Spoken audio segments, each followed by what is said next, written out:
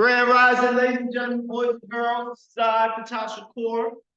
Here, this is more of a lecture series, kind of changing the ambiance and the location.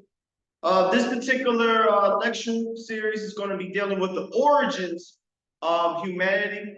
I'm trying to be mindful and check, going live here on YouTube, as well as we're actually doing this recording, so I may splice in some video. I got some editing to do. I wanted to use the projector screen, however, technology won't allow me to do that at this particular time. But this particular, I'll call this part one of the origins of humanity.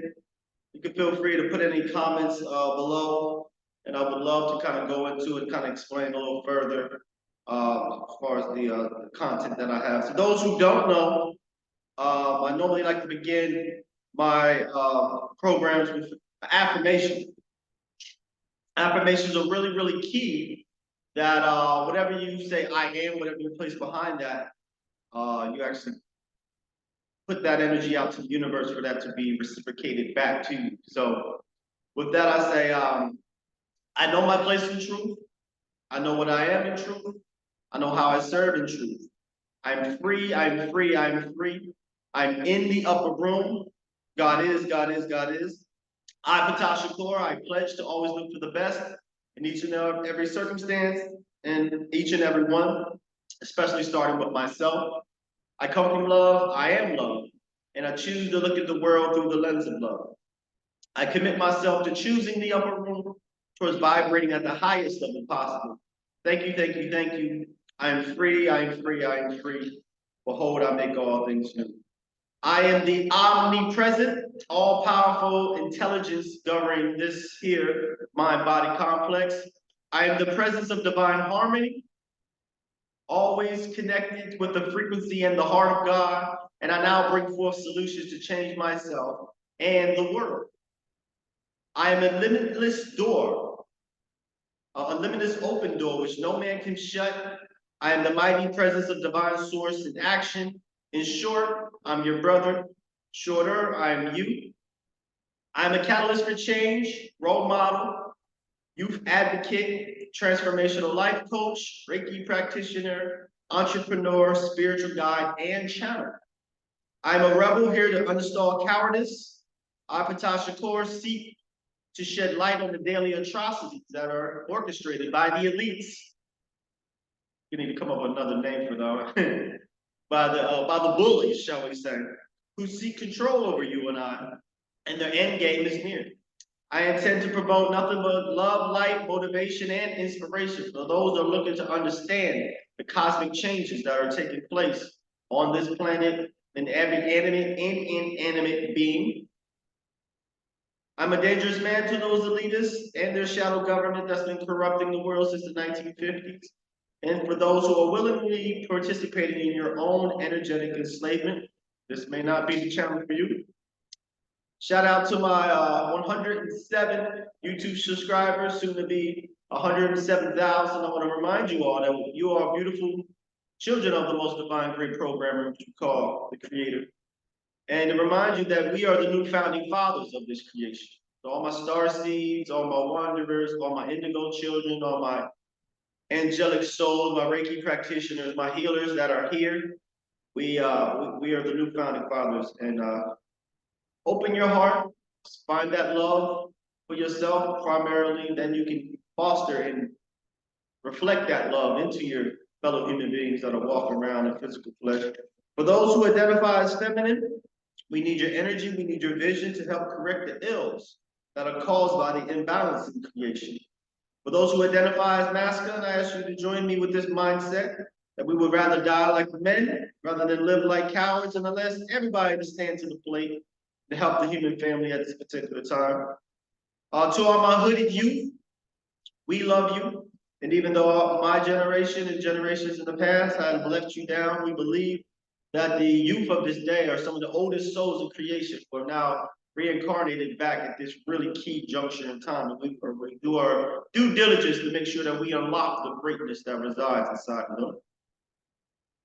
I would never kill myself, hurt myself, due to me being a happily married family man, seeking to be a pillar of my community. So I invite everybody to get tapped in, tuned in, turned on for the most powerful of all programs. This is the Ptah Shakur program. Just wanted to do a warning, disclaimer, the information you may hear in this particular program may excite you, may depress you, may trigger.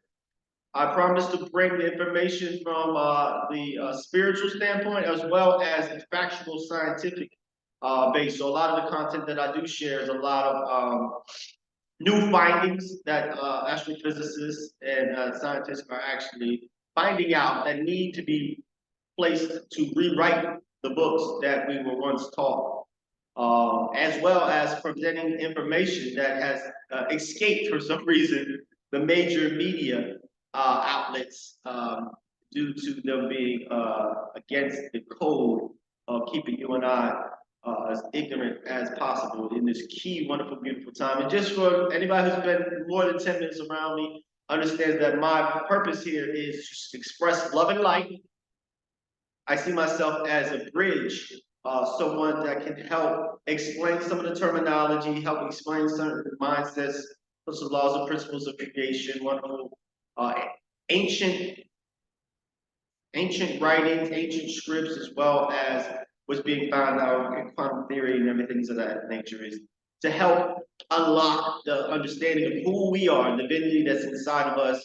What is this wonderful time that's taking place, and what must be done for those that want to enter into this new heaven, or for those who want to remain in this particular dwelling. I cite Revelations for that particular. So behold, I see the new heaven and the new earth.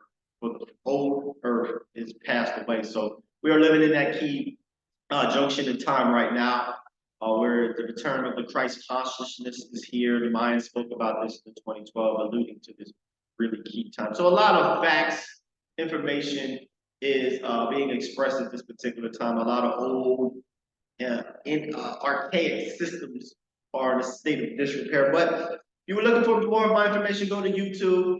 Ptah Shakur, there's a bevy of wonderful videos I go into as far as sharing, prognosticating different things that will be taking place later on this year, as well as a couple years in advance. Check my receipts there. Go to January 2023, where I shared about the focus of looking at above. At that time, it was a Chinese air balloon and things of that nature. Since then, whistleblowers have been sharing things about UAPs and the government. Whistleblowers are just coming out of the woodwork, as well as we see corruption being exposed. Right now, it's starting in the music industry and the movie industry, but it's a thread that once you keep pulling it, it's going to unravel and actually bring a lot of truth to the political system. So the political system is failing, the financial system is failing purposely, as well as the education, all of this is purposely anyway. So we'll get on into that, but this particular programming that I have for you all is explaining about the origins of human meaning you and I. Just before I go into that, I wanted to share a little bit of information concerned about myself. You know, I wouldn't come off as someone that's arrogant, but I need to let everyone know, at least I would feel it be appropriate to let everyone know a little bit about the base of where it is that I initiate and pull information from. So I'm a lifelong researcher, investigator, former education director that is excited as far as sharing knowledge and wisdom and understanding that I have the beauty of experiencing through the paths and traverses of my life. And so a lot of that will be coming out in book form. However, at the very tail end of this, like I said, I'm gonna make this part one. I don't want this to be too lengthy. We're gonna go really, really deep. So I recommend anybody get a pad and paper out to make sure you jot things down. And also be mindful of my Facebook page, Ptah Shakur, as well as my YouTube channel, Ptah Shakur. I do a weekly live call-in program where we invite individuals from the community to come out. That's on the Wednesday Hour of Power program. However, on Monday is the Ptah Shakur Speaks program with me, Ptah Shakur. And that's a call-in show format as well, and I will be having different guests and things on that to help share information as far as nutrition, CMOS, that a lot of people are looking to lighten their density eating more salads and things of that nature, as well as this, like I said in my little opening there, that this Christ conscious energy is really, really increasing. And so that is having an effect on the animals. And so hence the karma is really magnified when we do eat meat, things of that nature that hasn't been blessed or that is not halal, kosher, if you will. You may find individuals eating meat at that particular time when it's not blessed or that karmic energy removed from it will start to have more detriment in humans, human bodies, complexes. So not only that, like I said, we at the times we go into certain things such as wood crystals, it's become some 101 basis. So pretty soon there will be a Patreon channel and curriculums. However, at the very end, I do have a message for the youth and have a message for parents as well. But conversation of today is about human origins. If we was to take what we learned in school, we would take using the Bible as historical marker. They say that human existence has been about 6,000 years. I personally, when I became indoctrinated with the version of information, we were taught that it began with Adam and Eve. Even as a young man, I began to ask questions about Adam and Eve and what that was all about. For instance, some inconsistencies that kind of stuck out to me. For instance, in the King James Version, which is one of the first versions I was recommended to read before I learned about the Ethiopian Bible, which is the oldest Bible. It speaks about when it comes to making man, it said, let us make man in our image and our likeness. And then I find within the New Testament, new versions of the Bible, that it's actually changed to I. However, everybody go into Genesis and kind of look at that. So I always had a question, who is the we? And another thing that kind of popped in my mind when we know about Adam and Eve, they had two children, which is Cain and Abel. Cain slew Abel. And then God said in the book, God put a mark upon Cain when he went out into the world, that when individuals see him, they would understand what he had done or what his sin was. So that was quite interesting as far as how you got the only 4 individuals, now it's down to 3, and now they're parsed out. And rumor he went and got married, things of the nature, of 4 children. So obviously there was more individuals so that on the planet at that particular time. So with this particular information, follow very closely an individual named Billy Carson, as well as other individuals as well that have Matthias de Stephanos, channelers such as Bashar. It's a myriad of channelers as well as historical evidence, which I'll be going into some of those, like the Mahabharata, the Bhagavad Gita, as well as we're going into the Enama Elish. So these are ancient Babylonian writings. And so kind of going into it just a little bit, the Babylonians, they speak about individuals named the Anunnaki. And the Anunnaki in there are descriptions, and unfortunately I don't have the wherewithal to show some of the images. However, you can go ahead and Google or DuckDuckGo. DuckDuckGo, Anunnaki, Anunnaki. And so what it speaks about is that these individuals that came from the stars, and they had they would double the height, excuse me, of the humans. You can clearly see the depiction between the different sides, and they were the ones who were responsible for bringing information to humanity. They were considered to be gods, and at one point they left and they were supposed to be returned. So who are the Anunnaki, you may ask? Well, the term Anunnaki is actually a generalized term to describe beings that are not from Earth. So if you travel to another solar system, maybe suppose you would go into Mars and you would meet a Martian, and the Martian would ask, where are you from? You're not going to say York. You're going to say you're from Earth. You're Earthling. So the term Anunnaki was a way of defining by the Sumerians, excuse me. was a generalized term for those who came from heaven to earth.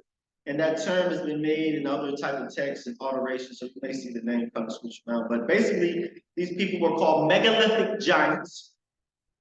And if you notice through all different stories who speak of, there's always stories, even in the Bible, stories about individuals that were giant or large human beings. So they would say that these people were so big that we were grasshoppers in their eyes. That's done in the Bible. In ancient Egypt, they call them the Minitiru. And they say that the gods who came from heaven and earth, and they turned the mud into kingdom. There's some other portraits of them actually holding adult lions, or holding kind of like little baby dolls. But according to the text, and so we're going to actually go on to some fact-finding things, so you can go ahead and research at home. So according to ancient texts, looking at the Enuma Elish, the 7 tablets of creation from the Sumerian tales, the Epic of Gilgamesh, the epics of Atrahais, and then the Sumerian myth of Adapa.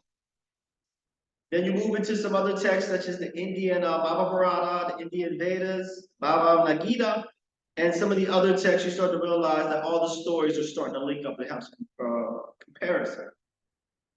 And then the thing between all these different stories in the Egyptian Book of the Dead, also pulling together the North American indigenous tribes of America, even the historical information that goes into the Bible now bear witness to some of the information about I'm going to be sharing with you shortly. And even now the Aborigines, historical information is now being presented as far as with the Aborigines, what were their stories about the beginning of mankind. It all kind of builds up to this one particular idea, which is beings from somewhere else came to this planet to begin building a kingdom, or what they call a breakaway civilization on Earth. So when you look into these ancient texts, scriptures, and papyruses, you begin to realize that individuals seem to be coming from one centralized location in the sky, which is the Pleiadian star system. They call it the 7 sisters. I know the Native Americans, they actually have a story about, I think it's called the Devil's Tower. I believe that's in Wyoming. That actually was caused by a particular individual who were chasing the 7 sisters. They were on there and they left and they come back. So you see this arrangement of these 7 stars, which is really, really similar to different cultures on both sides of the ocean. And mind you, it was civilization separated by a couple thousand years in their development, as well as large expanses of space that seem to have the same story. So 70% of all the ancient artifacts that exist that are connected to the Egyptians, the ancient peoples of Kemet, ancient Sumerians, only 10,000 years or 12,000 years, for which is from Mesopotamia. And the ancient people that came through and lived throughout Turkey, Syria, all these places, even down in America, South America, even Mesoamerica, they all have depictions, like I was saying, of the Pleiadian stars. I'll say that again. So we go as far as the South America, Turkey, Syria, Mesopotamia, Sumeria. They all have the same similar stories about these Pleiadians. It's actually etched into stone, scriptures, writing, or artwork left behind. So there's something to the story about beings coming from another planet and coming here.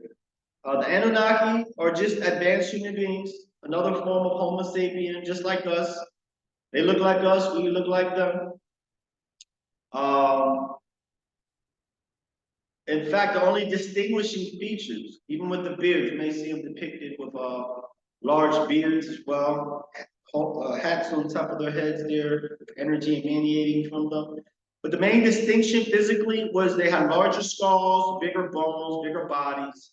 And according to the accounts of the ancient texts, they're actually multiracial, multi-species, hominid, bilateral, bipedal hominids.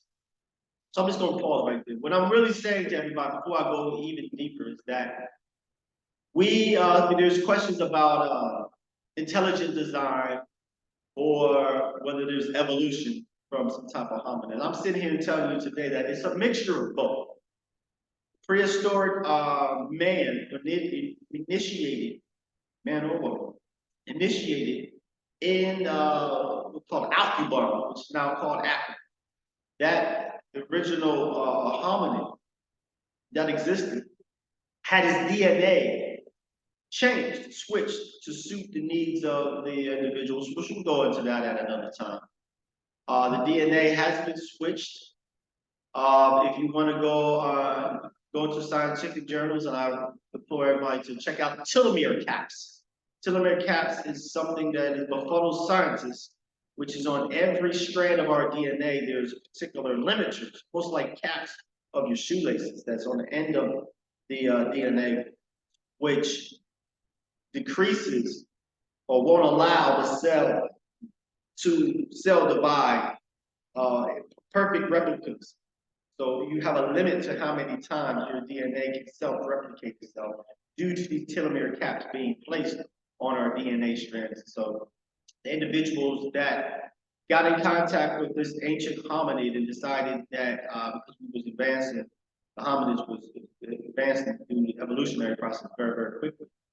They decided that it was some benefit for them, shall I say.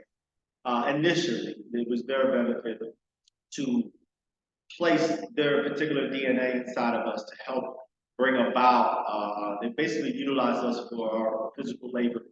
We were initially designed by these individuals who changed our DNA. This is the we that is spoken about as we created heaven and on earth, that whole idea about Adam, Eve, these individuals. So when you research the Enuma Elish, you discover the full creation of this solar system in a way that is explained based on astrophysics. Astrophysics will back this up. A lot of things that I say is peer-reviewed science.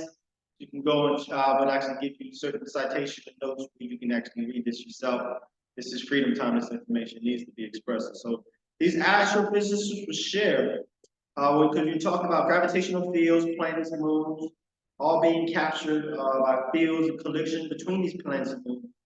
And a lot of things that have taken place.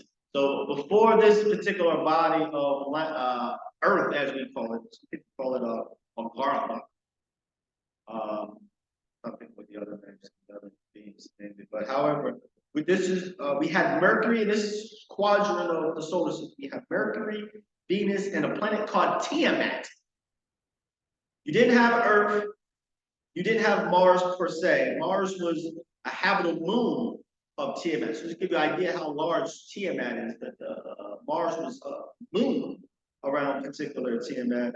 Our current moon, and scientists would tell you that moon that's up there, we just celebrated a solar eclipse. And that should have been a sign for everybody to realize that the moon is 1/93rd the size of the sun, and yet it's 93 million miles. The sun is 93 million miles away.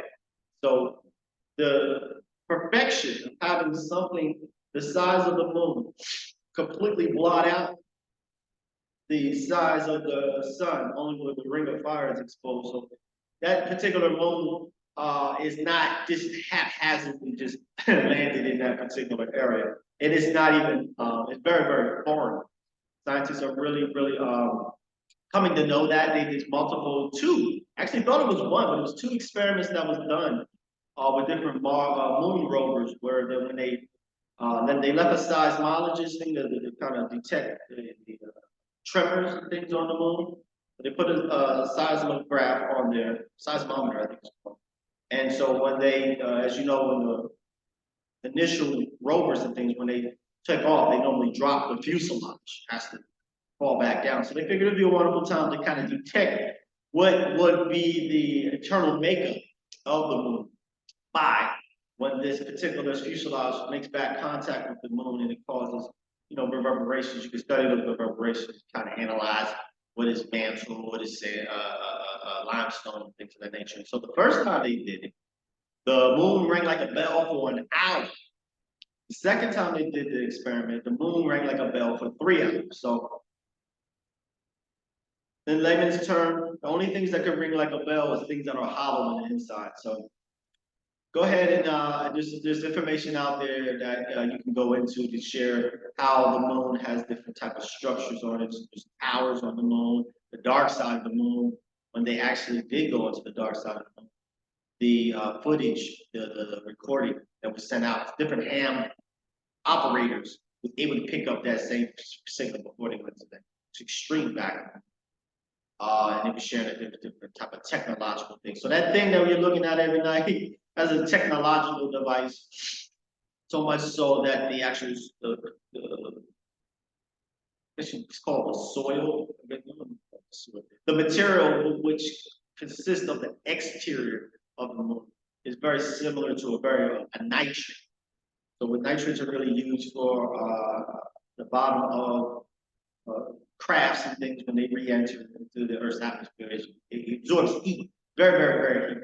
So, and also one thing scientists found out is that if you analyze the craters of the moon, you find that they have varying widths.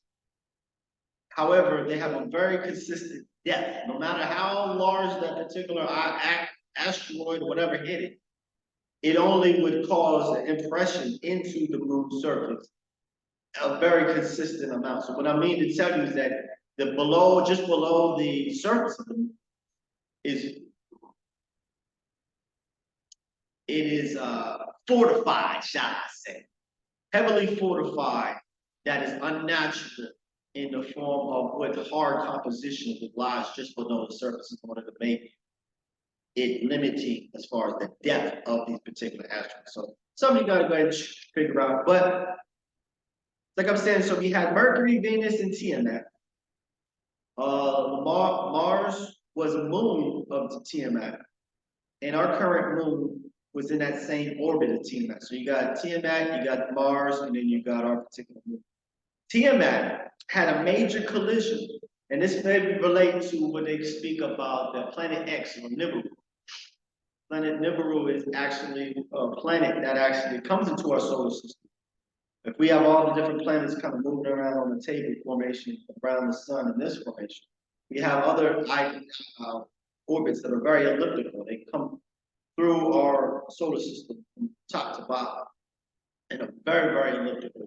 And so they come very close. It's something that has been very routine. That's where you find a lot of flood myths in just about every civilization on this planet. And it's something very concurrent. So we are getting close to those particular times right now. So just want to give everybody, like I said, with the solar system looked at a particular time. You had Tiamat, and there was a major collision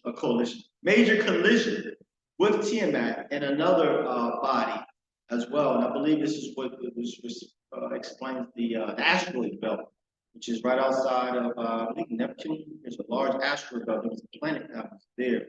That may be dealing with Titan. However, with this Tiamat, there was a collision. And the material, the organic material that was kind of shaven off of a portion of Tiamat, that matter, that nutrients, that organic material started to coalesce through the gravitational field. And it was kind of coalesced into what we call the basic foundation of this particular planet, which we now call Earth. So it was rumored to be one of the most beautiful planets that ever existed. It said it had a waterbed. It was a water-bearing planet with land and life. And it's rumored to be very beautiful and rival the sun in its beauty. So think about this. These are statements that were shared before the Earth even existed about the whole beginning of the particular this whole solar system and this infancy. So what you have that is it created an asteroid belt.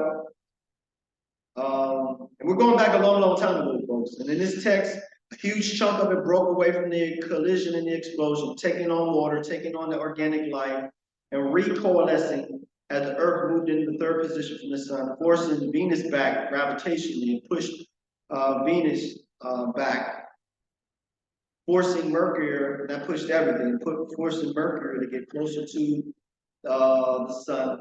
And Mars got swung in very strange elliptical orbit that you can now examine. Astrophysics sisters starting to share. There's some weird things going on with that moon. And check Buzz Aldrin. He did an C-SPAN interview when he was saying that there's a monolith that they found on one of the, I think it's Phobos, one of the moons of Mars. So we have a interaction with Mars. So Tiamat actually hit Mars. Portions of Tiamat coalesced into what we have as far as the planet Earth. And it's a very interesting similarities between Mars and Earth. For instance, when the sun, everybody knows it's a circadian time where your body has a body clock. I believe I jacked that word up, but you have a body clock. And interesting enough, when astronauts go out to space and they spend an exorbitant amount of time in space, their body clock changes. Instead of 23.9, it changes to like 24.5, which is the exact days on Mars. Interesting stuff. So another interesting piece of evidence is the fact that on Mars, one side is completely charred and the other side is completely smooth. The side that's facing Mars at the time of the collision took the brunt of the impact. Is said to shift the equator 45 degrees. And explosion of the Tiamat forced it all on one side, which gave it a global flood. And so you can see that take place with some of the, there on Mars, you can see remnants of a great flood. You see different types of veins kind of go out. That's where the water kind of flooded in and they created those great rivers and things of that nature. So all of this happened millions of years ago and brought the land that we now speak about, even some ancient artifacts. We're finding artifacts, which I've done in a previous program, which shows this, it was a hammer with a wooden hilt, and it was actually embedded in rock. Well, shall I say, the sediment rock grew around it. So you have that, as well as you have different type of machinery that they found, ancient metal gears that predate any type of, like I said, rocks is growing up through this. So it's some technology that is really, really out of place. That's really, really old. Billions of years old and tremendous technology. And I'm wondering how that got there. That was one of the portions of the Tiamat planet. Some of the things and artifacts that they had in their ground and things that kind of got disposed on this particular planet that we're living on right now. So, kind of backtrack. You are listening right now on this particular program. You are a powerful being. You are a divine being. The soul that you have inside of your body has no limits. What I mean by that is that you have an interaction with even physical matter that surrounds you. It's proven with the double slit theory, as far as how just through human observation, we're able to change matter into a particle or a wave. So when you speak, understand that everything in this creation, including you, is operating on a torus field. Torus field is much like an inside of an inflatable tube.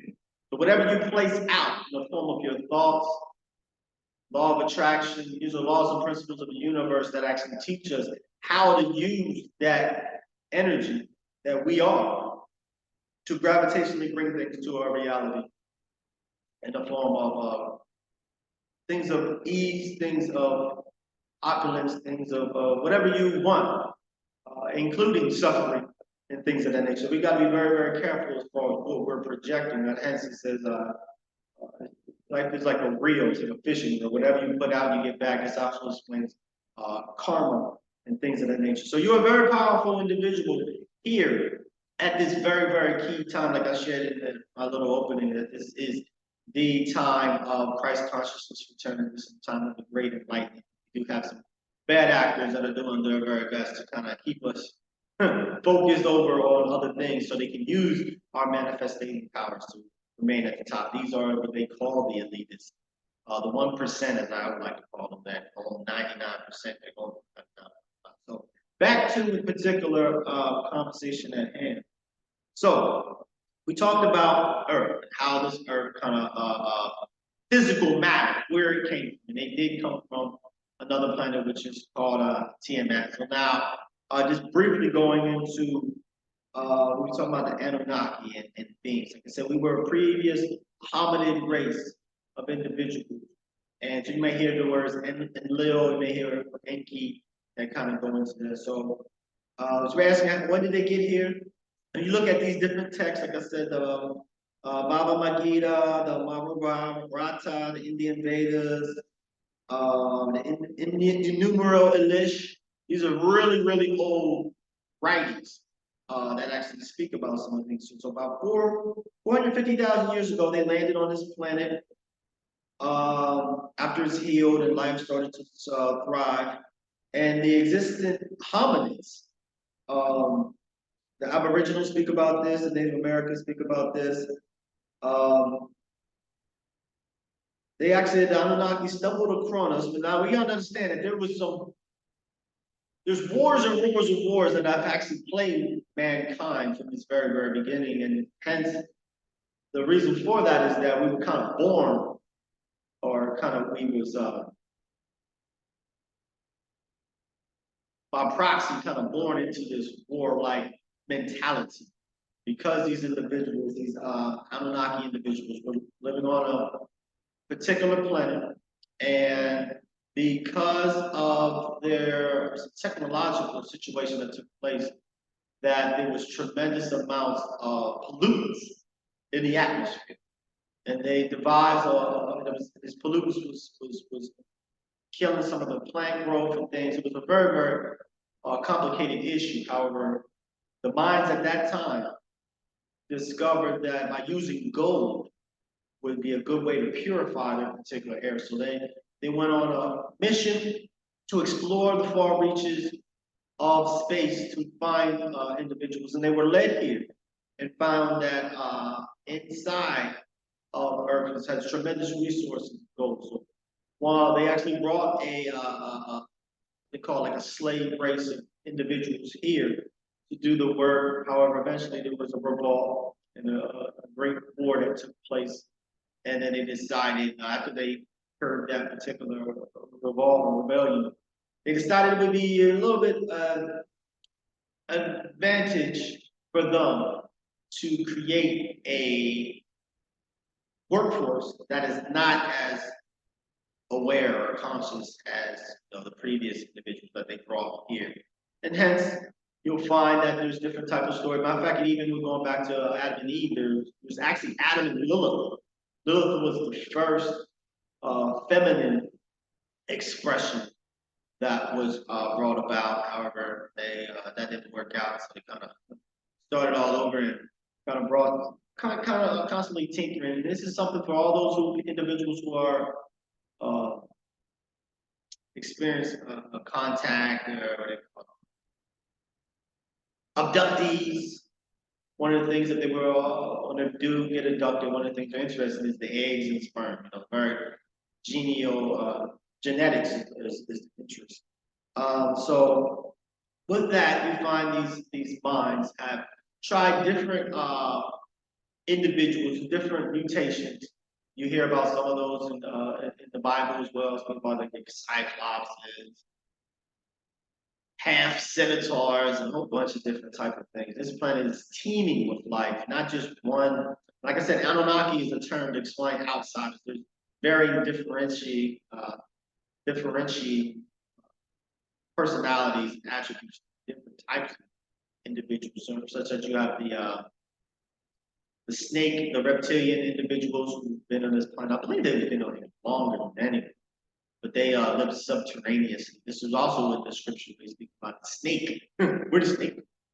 Snake that actually came to Eve and actually shared with her information concerning the book of knowledge of life, one of the books. However, once Eve, of course, partaken that interest went to Eve first, she became aware.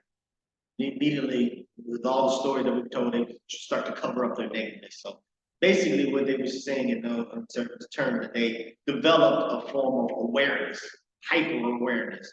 And that was the key to enact the God perspective, because, like I said, our switches have been turned off. We had a limiter put on us so that we wouldn't revolve, things of that nature. However, through the rigors of time, and then I'm just going to kind of summarize this, and this part one, not going into more details in part two. This word comes into Enlil and Enki, which were two sons of the Anu species that came. And even if you break the Anun and Ana and Aki, share that there was a certain amount, 50 of the individuals that came from Anu, and they came here for that particular mission. So you will find that there were individuals that were seeing that new version of humans, seeing them more like sons and daughters, and some that were still in the mindset of that we were designed to be pretty much a workforce. And so then more and more conflict existed, where the individual, which is Enki, was the one that was trying to save us from the carnage, save us and have a new outlook or a new experience for humanity after different type of floods and things that were sent here to try to eradicate this new species that seemed to, after the individuals kind of poured away, it was this lawlessness that was taking place. And so one of the first things is that it would just drop an asteroid or something into a area of water, and that's the kind of way to kind of clean house, so to speak. However, the individual collected a certain amount of those humans and actually started what we call the advance in civilization that then overtook the world. So it's a lot of kind of information to go into, but just to understand that we're talking about Atlantis. So this is about, maybe we'll say, 300,000 years ago. Like, mind you, the biblical text teaches us about 6,000. However, they're finding, even though the Sphinx, deep water erosion, years and years of heavy rain.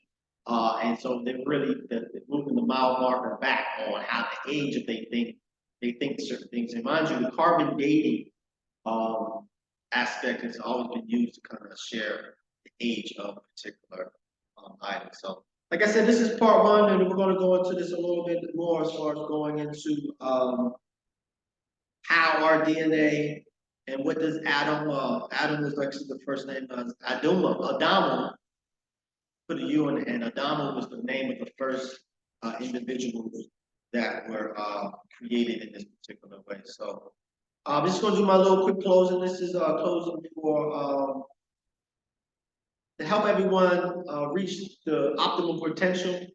I'm asking you for these 5 things, which is really, really important, particularly in this day and time. Number 1, do your own thinking on all occasions. The fact that human beings are given complete control over nothing except for your ability to think your own thoughts is laden with significance. Do your own thinking. This is a form of media, schooling, a lot of belief systems that we have attached now is the key time to kind of remove any of those belief systems that are not working very well. We have something called cognitive dissonance, whereas your heart, which actually receives information faster than your brain. Normally, when you know the truth of something, your heart will register first. With our minds, we normally have to run into a relay process of our belief system, our ego, we think it's possible, and it's very befuddled way of gathering information. So do all your own thinking at all time, even research the information that I'm sharing with you. We have technology now where we're able to access quite a bit. Put on DuckDuckGo, I recommend. Number 2, decide definitely what you want from life, then create a plan for attaining it, and be willing to sacrifice everything if necessary, rather than accepting the permanent defeat. So the importance of having visualizations, and I've said this on previous episodes before, that even the Native American, when they used to do their rain dances, things of that nature, what they did, they didn't call upon a particular god to make it rain. Instead, what they did was they visualized magic, them raining, the feeling of the mud on their between their toes, and dry mud on the back of their legs and things of that nature, and splashing in puddles. That is the power that the bad actors don't want us to realize, is that our imaginations, which was really, really key in our development, some of the younger individuals are actually operating more of the power than adults because of this. Imagination is how you bring in these new ideas, which is really good and needed. Number 3, analyze temporary defeat, no matter what nature or cause, and extract from it the seed of the equivalent advantage. That just means whatever, there's no such thing as failure. Failure is part of success. The only thing that's opposite of success is performance. So with every temporary defeat, we have to decide, okay, what is something that is learned, something that was gained to kind of propel us to a greatness, and having that mindset is really, really key. Number 4, be willing to render useful service equivalent to the value of the material things you demand of life, and render the service first. It's blessed with those who give. So being very appreciative of what you have, utilizing laws of creation, principles of creation. You can see it in your mind, you can see it in your hand, but it requires action. And through that action and being very philanthropic, helping others is really, really service to others. There's no such thing as good or bad, evil, things of that nature. However, the service of self or the service of others, where do you pour your energy, would define whether you're positive aspect or negative aspect. And last but not least, recognize that your brain is a receiving set that can be attuned to receive communications from the universal storehouse of infinite intelligence to help you transmute your desires into the physical equivalent. So basically, we're magnets. What are we feeding ourselves? What are our thoughts aligned to? Even the circuitry of your brain, it actually creates grooves in your brain, whatever neurons that fire together wire. So the common things that we do, which sets ruts in our minds, and it kind of will keep us from exploring anything beyond the senses and the understanding that we have. So constantly keep your mind on do something new. You move your house around, constantly bring new information, new opportunities so your brain can grow instead of staying into the particular grooves. One thing I say about chaos is a agent of change. We have the angels that speak to us and they recommend, hey, it might be time for you to change this particular position, change this relationship, change this destination. We find that we're going to kind of be stagnant in that and refuse to kind of evolve, and that push gets a little bit more demonstrative, if you would.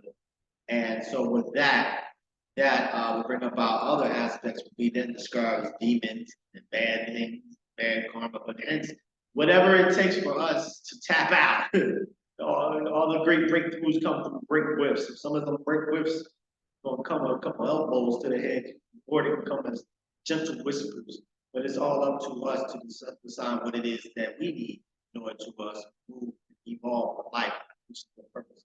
So, just a closing message. The idea that we are separate is the underlying cause of all of our fears. This is the lie. In pure awareness, there is no separation. Everything is entangled. Everything is one.